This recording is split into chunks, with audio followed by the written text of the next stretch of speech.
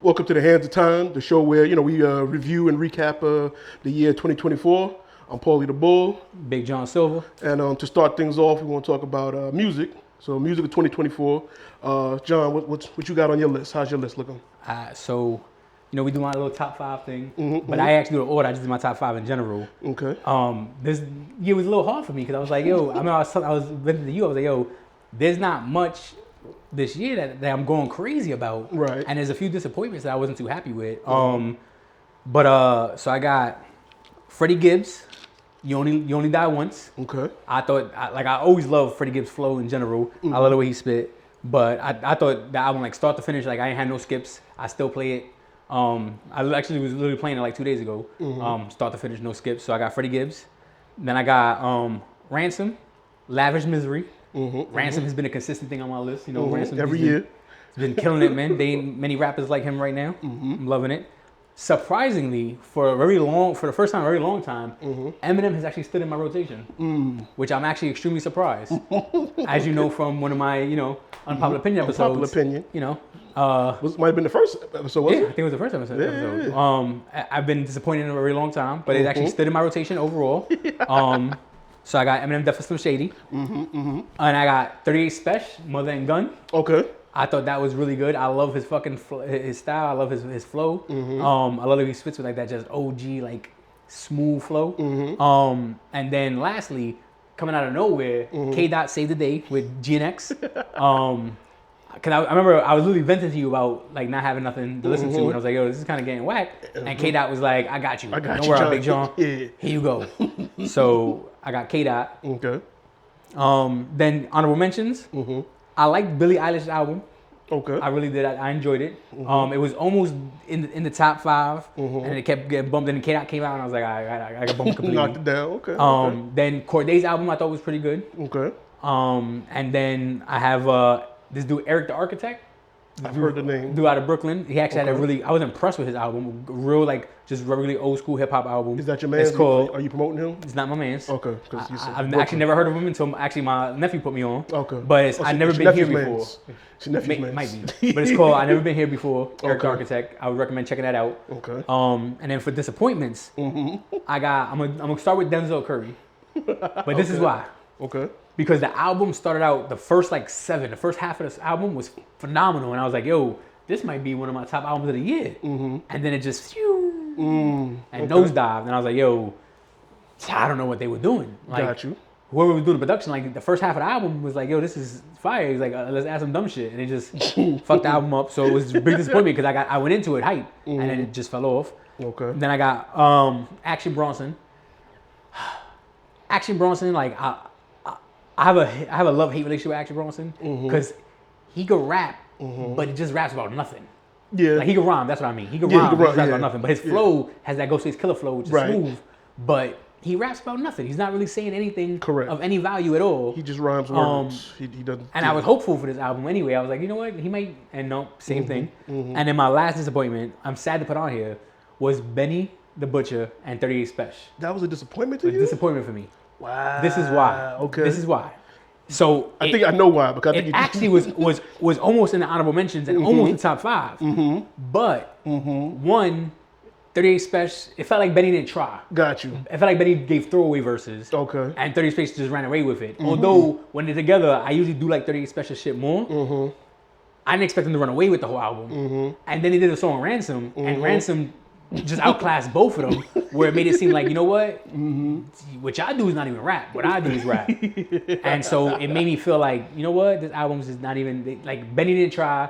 38 Special did his thing that he always does. But Ransom took the album with one verse. Yeah. And I was like, you know what? I can see that. This album is a disappointment. I can see that. I don't fully agree, but I can see your point. Yeah, I guess. My turn now. Yeah, what you So got, what you got? for me, so a lot of what you have is also on my honorable mention. I had stabbed and shot to Benny and 38 Special in my honorable mentions. I thought I went back to a lot of the songs. I thought yes, Special outshined him, Benny, but I still felt Benny had some joints. I think he still really held it down, and I think they complemented each other. So to me, I liked a lot of it. That was my honorable mention. Also, the 38 Special joint by himself, and I think Benny had two. He had a Summertime Butch, and another one I can't think of the name of it. It wasn't on my list, but Benny had I think they had a good year, but they were all honorable mention. Nothing in my top. Also, my honorable mention, Soul Burger. It was a pretty cool concept to me. He starts out with a song called 9 Mile, which is like he does the Eminem 8 Mile kind of flow. Yeah. He has a song called was it something Junior? But it's kind of like he's rapping with Lil Wayne's flow, like Wayne did on the Birdman Junior joint. And so he's like the concept was kind of he like took songs I guess that he liked and kind of just flipped them to his own. So his own local thing, his own solo style. So Ab is just a great rapper. So like similar to what you said about Action Bronson not rapping about anything. I wouldn't say he didn't rap about anything. It was just like the concept was just I'm just borrowing flows and themes. Really, it wasn't like one single thought to it. But I thought that concept of itself was kind of interesting. Just him flipping styles of songs and stuff. So I like that. Also, two albums that were in my honorable mention that kind of got swept under the rug because they were early in the year, and then this big event that happened that we're gonna talk about later, kind of pushed them to the back. One was a Joyner Lucas, Not Now I'm Busy, and 21 Savage, American Dream. I was surprised. I'm not a huge 21 Savage fan, and I played that album straight through, really with maybe one or two skips, if that, when it came out. But then it kind of got swept under the rug. Actually, I agree with that. You mentioned it just now, made me forget about 21 Savage's album. Exactly. I was like, yo, this is actually a pretty good album. Yeah. And then the rest of the year happened. Right. And same thing for Joyner Lucas. To me, it was one of Joyner's best albums because he's another one that kind of usually has nothing to rap about. He gets that one or two songs where he gives you a story with a different point of view. And the one he had with Jelly Roll was a big hit. And it was a great concept of someone on drugs and the perspective of, damn, how could you do this, and being real selfish, and also the flip perspective of the person that's on the drugs, like how could you be so selfish to attack me when I'm doing, what I'm saying? So that concept was typical Joyner Lucas, but it was a dope flip, and Jelly Roll killed the hook. You made me a Jelly Roll fan because I heard the name and didn't really know who he was, whatever. And I think he was on your list, I think last year. And I looked into who he was. I heard the name a couple of times. I was like, oh, this dude can sing. Like, he don't look it. But he's like, dude, he hitting notes. Like, he hitting notes. So a lot of people started getting him on hooks and doing bridges and stuff for songs. And I rock with Jelly Roll. But Joyner's album, to me, like I said, one of his best ones in total. But it got pushed to the back. And this year we got an album produced by Rakim. Not really his album, but I mean he produced most of the songs, or they had some cool features. And then we also got an album from LL Cool J. I was a little disappointed by that. It's in my honorable mention just to know that LL still got it. But I think just the Q-Tip producing the whole album kind of got monotonous after a while. I did like the song with him and Eminem. It was LL held his own.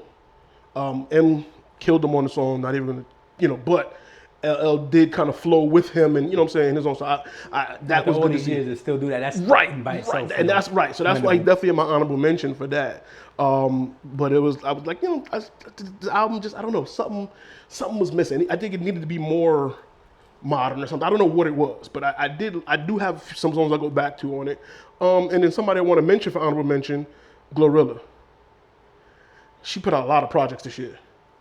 I don't listen to all of none of them, but there's about 3-4 songs on each of them that I'm just like, why is this so hard? It's like, but is it more like the beat and flow, or is she saying something? She be saying something. She be saying something. Her flow, her voice is just like, yo, she got next. Whenever they put it all together, As far as like the female rappers, she's got next, and I don't even like do the whole female. As a rapper, she got next. Once they, like I said, once they put it all together and figure it all out. But I kept going back to a lot of her joints. She got a couple of hits, and even features she did when her verse comes in and you hear her voice, she takes over the song. Like she has a very demanding voice, and the flow, and she got next for sure. And my last honorable mention was in my top 5, but some things happened. J. Cole, Might Delete Later. Was in my top 5. Then he apologized. And to be fair, it wasn't right. It wasn't the apology that did it, but it did get bumped for some other things that I'll go into next. But I was just like, the album. One, we was promised the Fall Off album. Then he started teasing some songs. Then we got the Might Delete Later Instagram page, and then he released this whole album. And it was like, okay, this came out of nowhere. Is this the album? No, not. Okay, whatever. Then some stuff happened with it, and I was like, okay, cool, mixtape. And it was up there for me, but then it just, I can't listen to it the same. I just can't listen to Cole the same. You know what I'm saying? Cause you know, it just ain't the same no more. It just don't hit the same.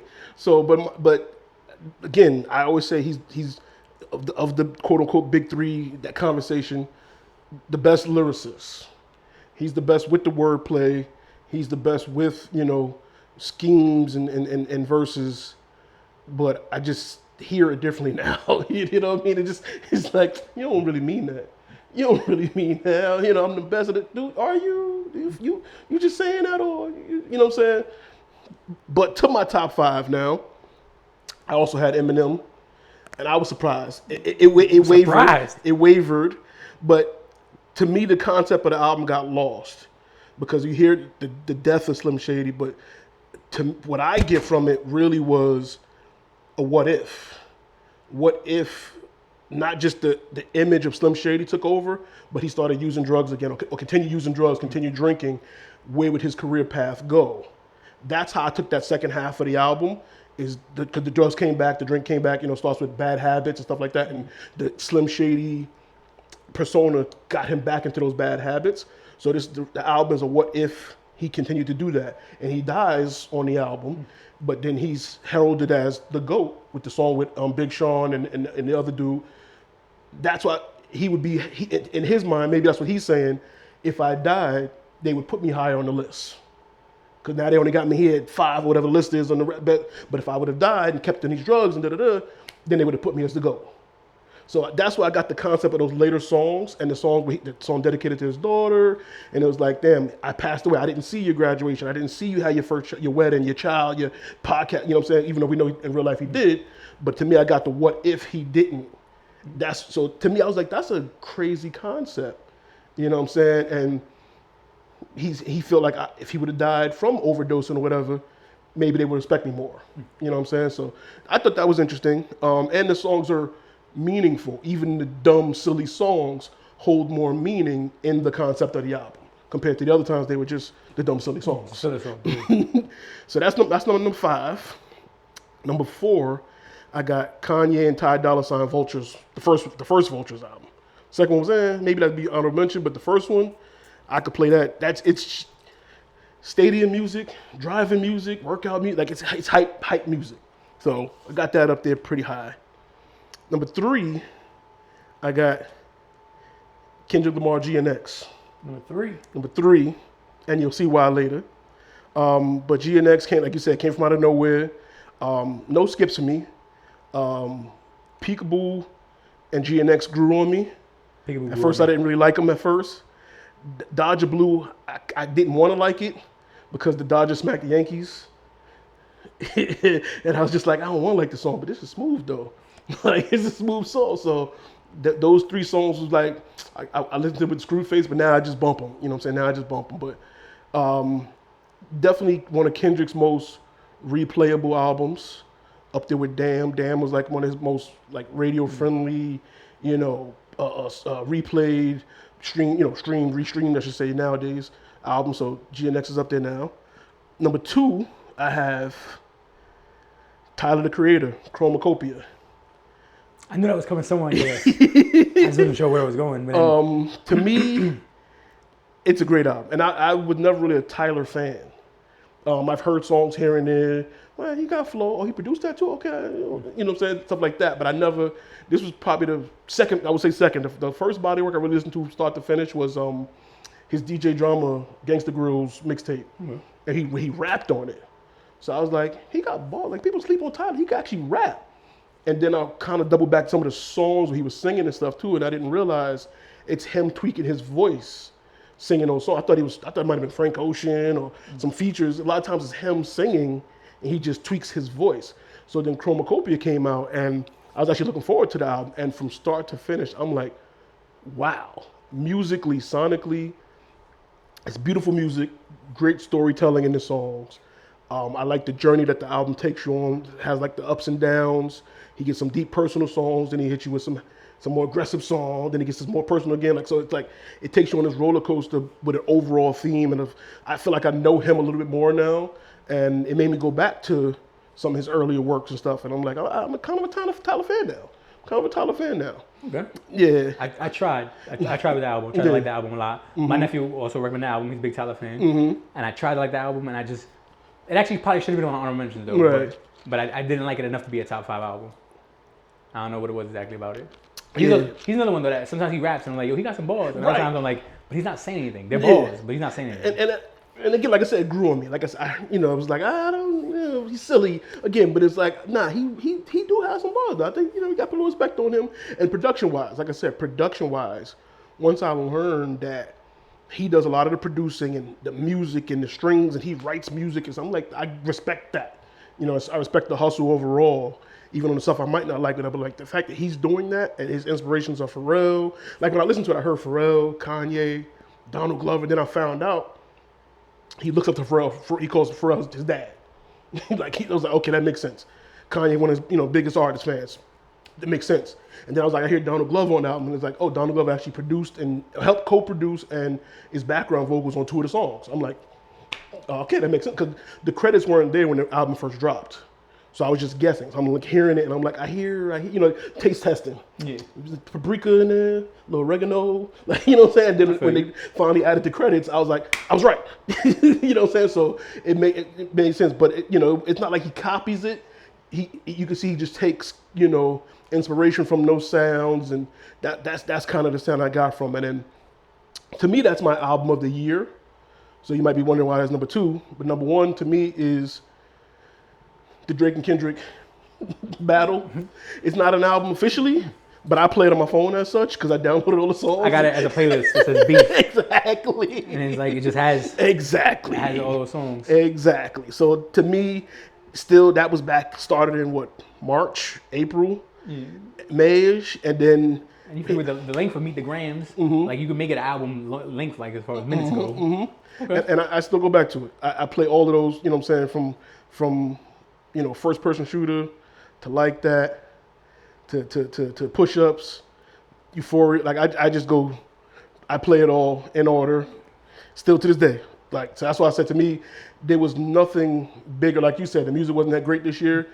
There was nothing bigger than that moment, which we'll talk about later. Those songs, to me, that's number 1 on the list. Disappointment-wise, like I said, not too many disappointments. Most of the time, in there disappointed, I just don't go back to it. What I was disappointed actually, another thing is that for me, I usually got like an R&B or something. Right. It was a big R&B that I was like, yo, this is Daniel Caesar dropped something. It was actually pretty good, but it wasn't like. Usually I have Sunday R&B to like listen to, and I was like, it's not really. Right. Not I'm feeling. Yeah, I didn't have like anything from other genres and stuff. Nothing crazy. Again, disappointed in the fact that we're still waiting for J. Cole's Fall Off album. Childish Gambino dropped an album too. I was a little disappointed in it. And I'm also disappointed that it was supposed to be partnered with like a movie, and we never got the movie, so I think he lied. I only like whatever number 2 is. I forget what number 2 is. But that's the only song. I tried to listen to the album too. Yeah. I've never liked the Childish Gambino album though. Like really? From start to finish, a whole album. Okay. I've liked songs from every album. I think the most songs I liked is the album with Redbone on it. Probably the most songs of his I liked. But usually what I about like when he rapped and stuff too, like with Camp and Yeah, because the there's internet. songs I like, but there's Got not you. enough of it where I'm like, yo, this album is. Oh, okay. Now, because the internet is is my favorite. His camp mixtape, that I love still. Yeah, to me, because the internet probably my favorite. But he's the one who just be saying shit. Like, at least I feel. No, I think he usually. I mean, he has like, I think he called it nerd rap or something like. So it's like you got to just kind of know. He talks like cartoons and stuff. So the metaphors are different. So whereas most rappers that we're used to has gun bars, he has like Rick and Morty bars or something. You know, what I'm saying, stuff that we're aware of but not fully aware of. Yeah. So it'll be I'm not an fluent in episode 3 something. Yeah, they said this and that. You're like, I don't really get what he's saying there. But the people that's like, oh, did you hear what he said about the? It's like, I don't get it. So that's what I've learned. He's more, you know, he's not taking gun bars. He's or drug dealer references. Okay. He's taking, you know. Maybe he should now. But that's our list. Please let us know if we missed anything. Because again, the world was taken over by, you know, this Kendrick and Drake beat. They was playing Not Like Us and stuff on the NBA during the commercial breaks. Football games, baseball games, the bands were playing it. It's funny you said it though with the rap beef thing, because when I first got here, you told me like, oh yeah, Johnny Lucas dropped an album, and I was like, oh shit, he dropped that album. And then I looked at my Apple Music, and I was like, I have his album. I was bumping his album. Exactly. Completely bumping his album until that shit happened. Exactly. And then I was when like I don't know where his album was. And it's, like I said, it's very. I actually went back to it like a week or so ago to see if I was bugging. Like, nah, it's actually a very good album. It's just you forgot about it because a nuke hit and we all got distracted. So, you know, but yeah, like I said, let us know what's on your list of music. What are we missing? What didn't we hear? Maybe there was some R&B joints that dropped that we didn't, you know, again, didn't catch our radar because we was all listening to what Kendrick and Drake had to say. By the way, last year was featuring J. Cole. This year it was Kendrick just dropped again. When you heard those words or you read that on social media or somebody texted you, you stopped whatever you was doing and you went right to that. Like, I heard Kendrick just dropped and it was like, it sent the chill down your back. Ooh, I gotta put my phone. This right now. I gotta listen to it. I gotta, you know what I'm saying? So this was the year Kendrick just dropped. Last year was featuring J. Cole. He had a lot of features. He had a lot of, you know, verses here and there. One in particular set this all off. And then this year we got Kendrick just dropped. And that was the year for music. So, and he's having a hell of a run too. Like, can't stop it. GNX. And he's going on tour? He going on tour, Super Bowl. Yeah. But that's it. We'll be back next with our movies reviews.